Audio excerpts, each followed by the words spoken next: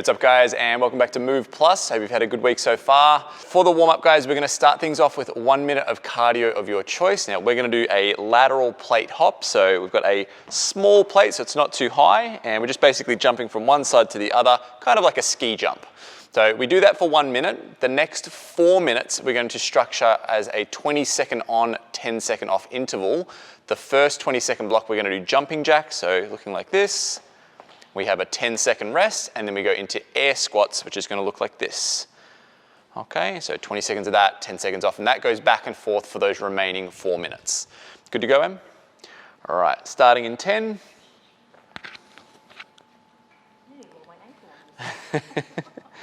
3, 2, 1, and go for it. So we've deliberately picked quite a low target, guys. You don't want to go for anything gigantic. Even the normal kind of 24 or 20-inch box height is probably going to be a little big for a warm-up. So go for something small. We just want to allow the joints a little bit of time to get some blood flow, get some warmth into them. And that way we can kind of ramp the intensity up gradually before we hit build and before we hit move. So you notice with this, Em's keeping her eyes cast down, which is really, really important when we're jumping on something. We don't want to clip the edge of it. We don't want to lose sight of where it is so we fall over the top of it. We want to make sure we know exactly where we're jumping. Just keeping those feet nice and close. In about 20 seconds, we'll move into the next part of this, which will be the remaining 4 minutes. We have that 20-second on, 10-second off format. And we're going to be doing jumping jacks and air squats. Okay, 3, 2, 1, and go for it. So getting into the jumping jacks now, 20 seconds on, 10 seconds off. So we've got feet jumping in and out, hands going from thighs up to overhead.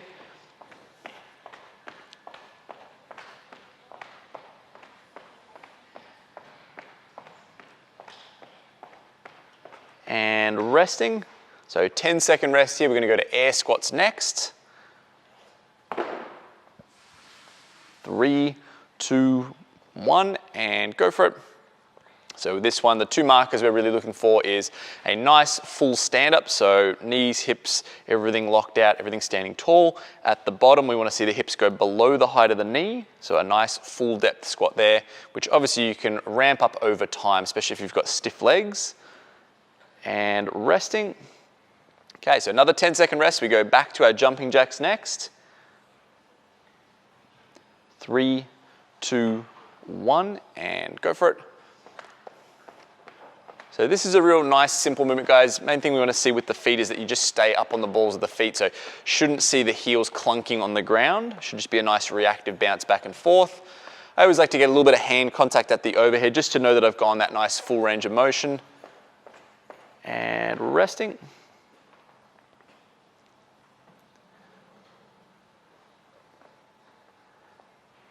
Ready, and go for it. So back on air squats again. Now you'll notice with Em's feet that the feet are about shoulder width with the toes slightly turned out. We want to make sure the knees point the same direction, so that hinge joint has just got a nice movement pattern there. It's not getting twisted in or anything like that. It's not sending too far over the toes. We want to initiate with the hips, the knees bend kind of secondary to that. And resting. Okay, so we go back to the jumping jacks in a moment. We've got 2 more minutes of this. 3, 2, 1, and go for it. So by this stage of the warm-up, guys, hopefully you're feeling the body's getting ready. You can feel the blood pumping. All the joints are starting to loosen up a little bit. So if you're feeling good, feel free to ramp the intensity if you want to. If you're feeling like you're already getting that heart rate pretty high, stay at the speed you're going. That's fine. And resting.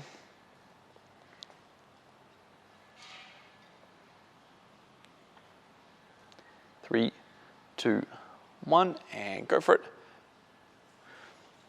Now, a really important thing we want to see, guys, is the heels staying stuck to the ground.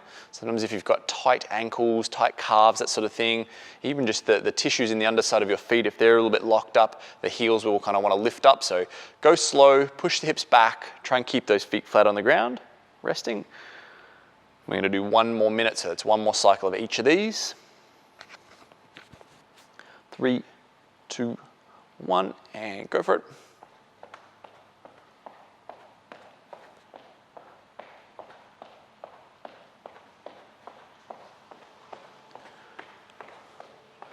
Nice work, Em. Couple more reps. And resting. All right, one last block. We're gonna go into those air squats one last time to finish it off.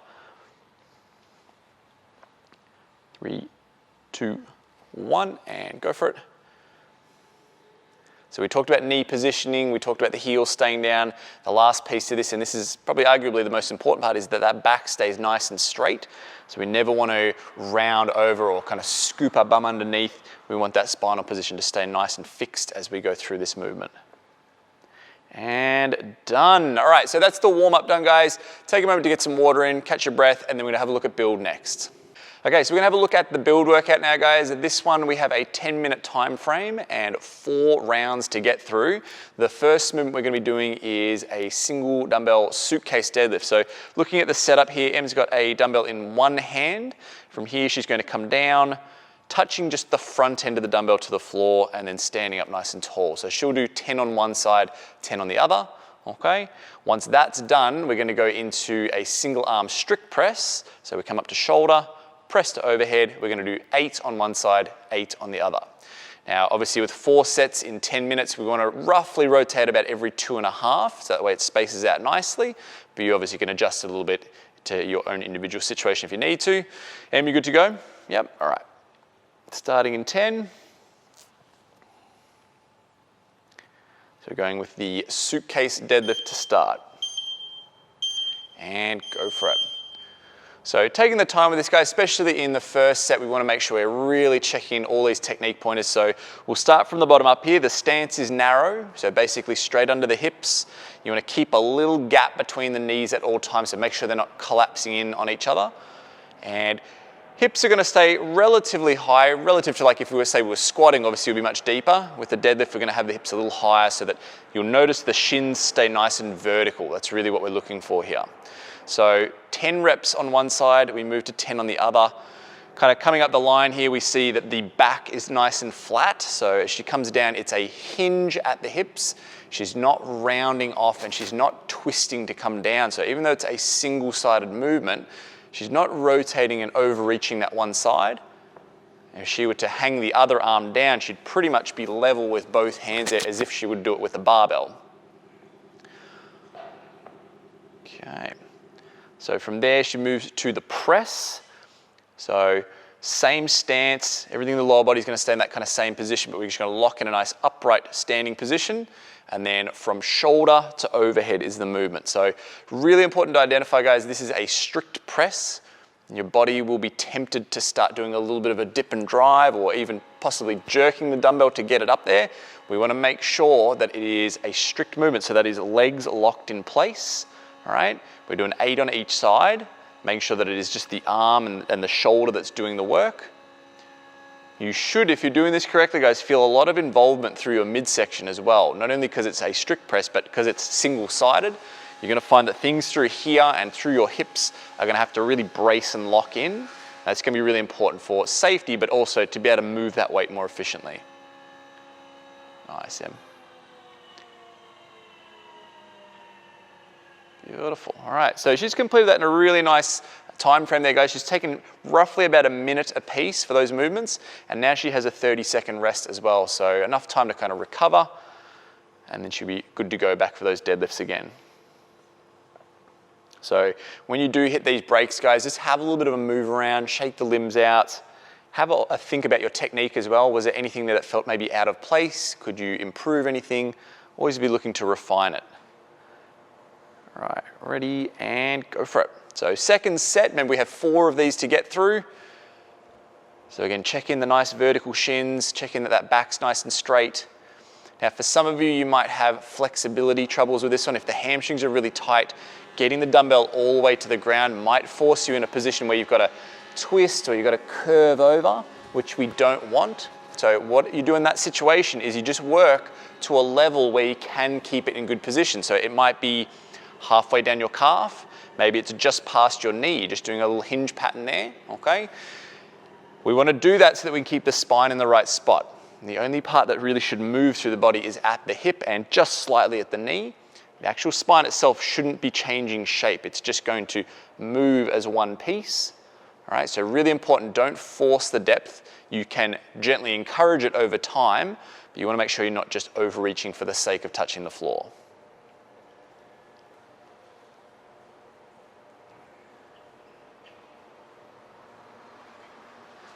Good, good.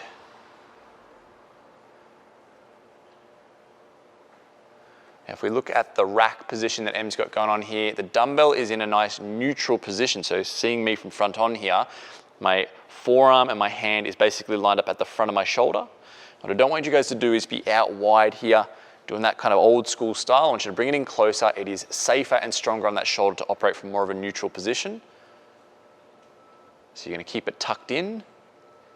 And the finish at the top, you should find that your head feels like it just slightly starts to drift forward, almost like just my face is going to go forward to my arm. My ear should be right next door to my bicep there. If you're doing this and feeling like you can still see your arm and see the dumbbell, you're either leaning back too far or you're pressing out in front, or possibly both. So you want to make sure that at the top, the arm and the dumbbell, just for a moment, is going to disappear out of view. All right, so we can see another nice consistent round with the timing there, which is good.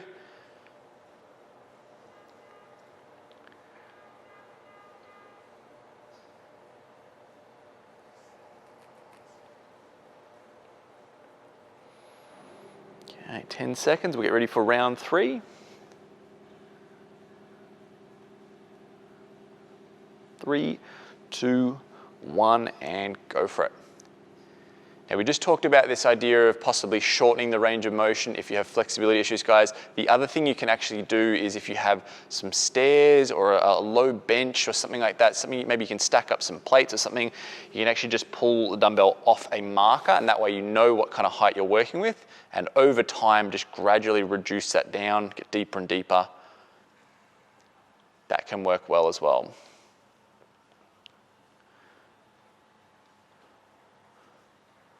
So if we look at Em's head and neck position as she does this, she's not craning her head up as she comes down. She's actually bringing the chin with her. So she'll go from kind of looking forwards at the top to looking probably a couple of feet in front of her at the bottom there. And that way that continuation of that spinal position just stays in a nice neutral spot. And we're not kind of like bending and flexing as we're going with that load on the pulling down on the shoulder. We're keeping everything kind of fixed as one piece.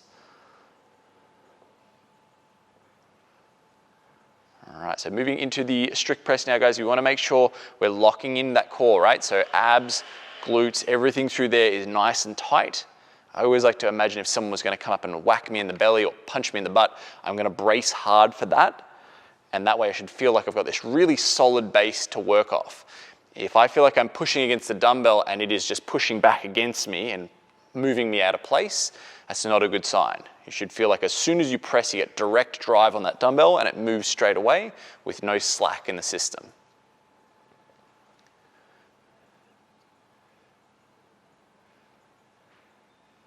Nice work, and that's looking good.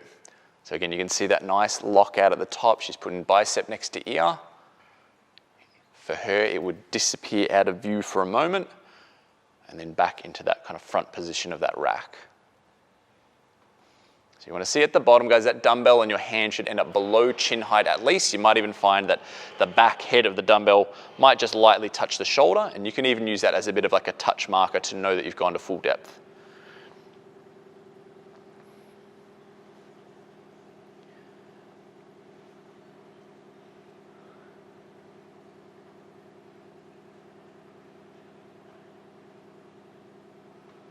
Okay, 3, 2, 1, and go for it. So final round, guys. This is the 4th round.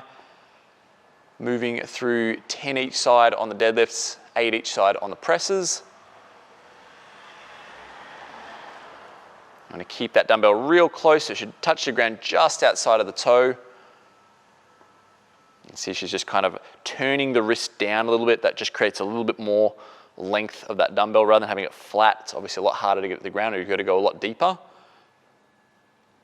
You're going to keep her lats nice and active, so when she comes down, it's very much close to the line of her shin, right? If she were to relax, that dumbbell would kind of hang out in front here, get all loose, kind of pull her out of position. So she's going to just run.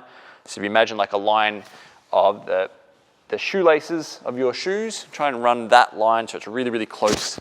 It'll stay in line with the center of gravity of your body. I want to make sure we're not reaching out and putting that low back in a bad position.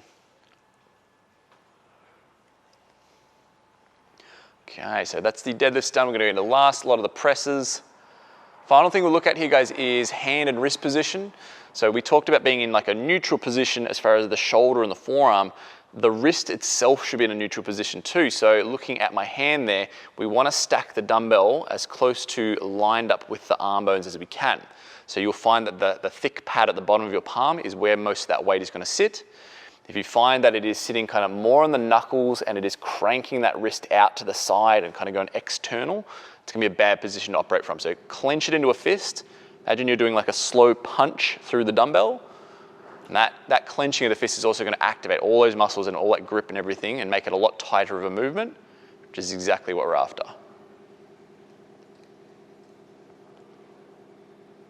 Beautiful. All right, so we've got about 30 seconds left on the clock there, guys. So if you're still going, that's cool. We'll let that time tick over, and then we'll push into the move section in a moment.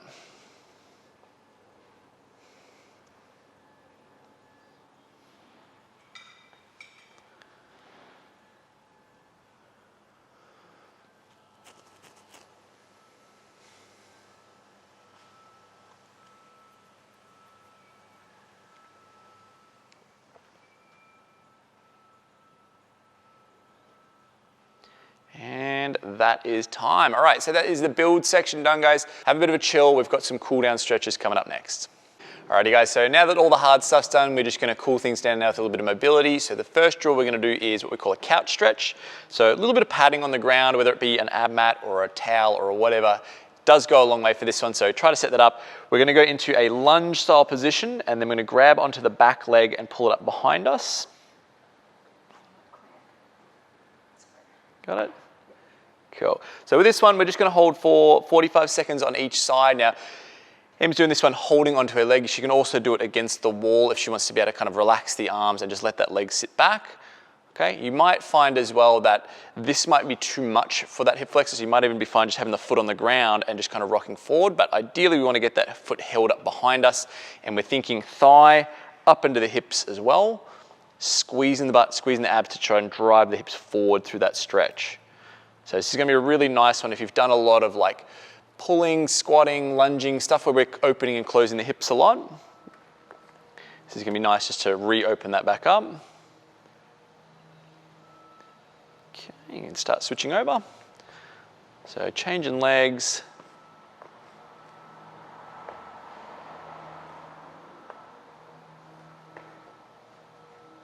Okay, there we go. So another thing we can do with this, guys, if it is a little bit tricky, is just getting something to elevate that back foot. So I'm just going to put a roller under there. Okay, just a little bit of a lift. As I said, you can use the wall as well. That gives you sort of unlimited ability to scale it up and down. But we're just cranking up on that quad, getting that knee into a bend, and then posturing up. It's more important that we can get into this nice open position rather than trying to go too high and being kind of pitched forward. So we want to make sure that we can get open through there and get that nice and stretched up. Cool, all right, so that's the first drill, guys. The second one we're gonna do is what we call tabletop. So basically gonna sit on your butt on the ground, and we're gonna move in and out of like a crab walk position. So hands behind us, feet in front there, and we're just gonna bridge the hips right up, and then lower it back down and rest. And you just go in and out of this. We'll do this for the next minute. So a couple of things we'll get into here. Hips, again, are gonna get a nice opening with this one. So if you can squeeze your butt, keep the abs nice and tight and push the hips up.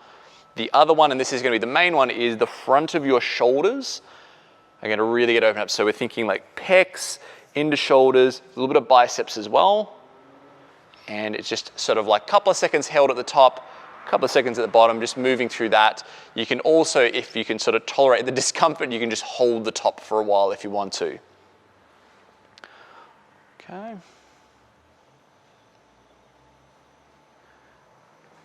3, 2, 1, and done. All right, so those are your 2 drills, guys. Let's see 3 or 4 rounds. That takes some time just to get everything loose.